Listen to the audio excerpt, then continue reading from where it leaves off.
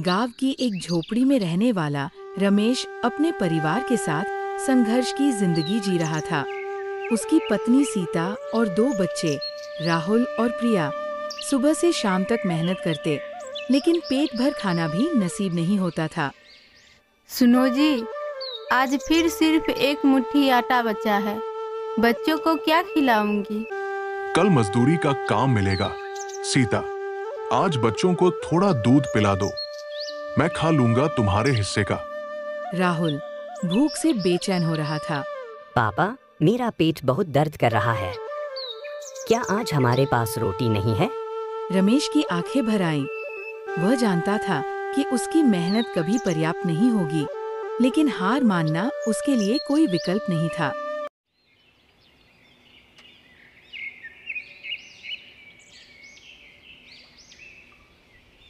सरकार, थोड़ा काम दे दीजिए, बच्चे भूखे हैं। तुम्हारे पास गिरवी रखने के लिए जमीन तक नहीं है रमेश। चलो आज खेत में काम करो, लेकिन पैसे कल मिलेंगे। बिना विकल्प के रमेश मजबूरी में हाँ कर देता है। वह जानता था कि जमींदार उसका शोषण कर रहा है, लेकिन गरीबी में जीना उसकी नियति बन चुका था।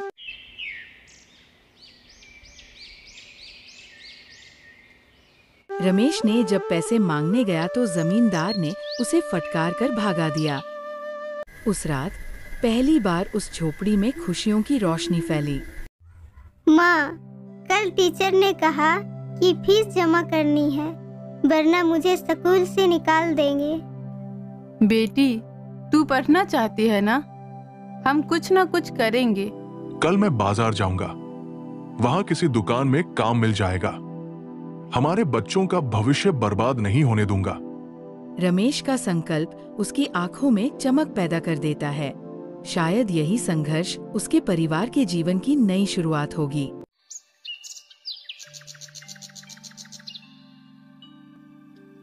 अगली सुबह रमेश ने एक छोटा सा बंडल बांधा और बाजार की ओर चल पड़ा।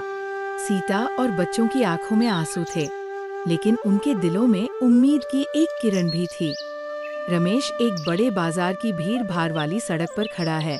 उसकी आंखों में डर और हैरानी है। यहाँ तो इतनी भीड़ है, कहाँ जाऊँ?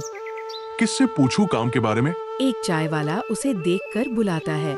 ओए भैया, नए आए हो क्या? चाय पियोगे?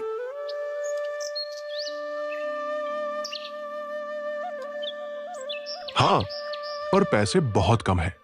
क्या आप बता सकते हैं यहाँ काम कहाँ मिलेगा? आजकल तो सब जगह मजदूरों की भरमार है, लेकिन सामने वाली दुकान में नए लोग ले रहे हैं, जाकर देखो। रमेश ने चाय वाले को धन्यवाद दिया और दुकान की ओर बढ़ चला। उसका दिल तेजी से धड़क रहा था। तुम्हारे पास कोई अनुभव नहीं है और न ही पढ़ाई लिखाई। हम तुम्हें सिर्फ दिहाड़ी पर रख सकते हैं। साहब, मैं मेहनत कर लूंगा, मुझे बस काम चाहिए। मेरे बच्चे भूखे हैं। दुकानदार कुछ पल सोचता है, फिर हाँ कर देता है। ठीक है, कल से आ जाना, पर काम बहुत कठिन है। 12 घंटे की शिफ्ट बिना छुट्टी के। जी साहब, मैं कर लूंगा, धन्यवाद। झोपड़ी में सीता और बच्चे रमेश का इंतजार कर रहे हैं। जैसे ही वह आता है, सब खुश हो जाते हैं। क्या हुआ जी, काम मिला? हाँ, कल से शुरू करूंगा। अब हमारे बच्चों को भूखे नहीं सोना पड़ेगा।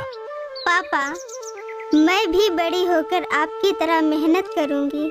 कठिनाइयाँ अभी खत्म नहीं हुई थी, लेकिन रमेश के हौसले ने उसके परिवार में नई उम्मीद जगा दी थी।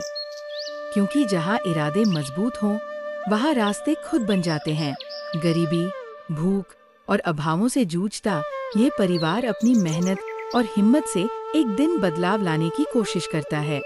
क्योंकि जहाँ इंसान की लगन हो, वहाँ हार नहीं होती, सब खुश हो जाते हैं।